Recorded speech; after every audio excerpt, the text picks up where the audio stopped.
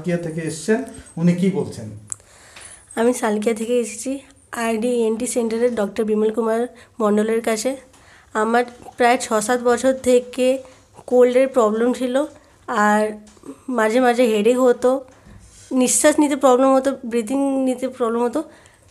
এখন স্যার বলেছিলেন কি একটা মাইক্রো সার্জারি করতে হবে। সার্জারি করার 1 মাস পর আমি এসেছি স্যারের কাছে।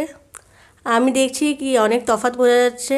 আমার তেমন কোনো আর প্রবলেম এখন হচ্ছে না। আমার এখন না হেডেকের প্রবলেম আছে আর না ব্রিথিংয়ের। আমার নাকটাও ক্লিয়ার মনে হচ্ছে, আর আমার ব্রিথিং নিতেও কোনো কষ্ট হচ্ছে না। আমি মুর্শিদাবাদ থেকে এসেছি এখানে কলকাতায় আরডি এনটি সেন্টারে ডক্টর বিমল কুমার মণ্ডলের কাছে। আমার নাকে সমস্যা ছিল, নাকে নিঃশ্বাস পেতাম না, মাথায় প্রচণ্ড যন্ত্রণা ছিল, আর মানে হাঁচি হতো খুব ডাস্ট অ্যালার্জি থেকে। আমি মুর্শিদাবাদে অনেক ডাক্তার দেখিয়েছি, অনেক ছোটাছুটি করেছি, বিগত 1.5 বছর থেকে খুব সমস্যায় ভুগছিলাম।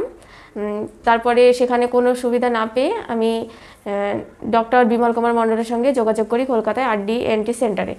সেখানে এসে আমার একটা অপারেশন হয়।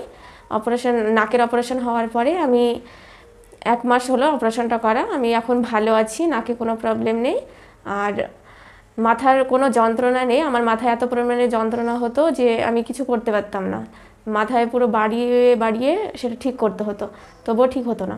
এখানে এসে আমি ভালো আছি। আমি করিমপুর থেকে এসেছি, ডক্টর বিমল কুমার মণ্ডল।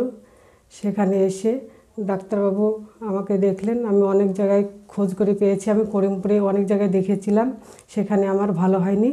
আমি ডক্টর বিমল কুমার মণ্ডলের কাছে এসে আমি সুস্থ। সেখানে ডাক্তারবাবু আমাকে একটা ওটি করেন।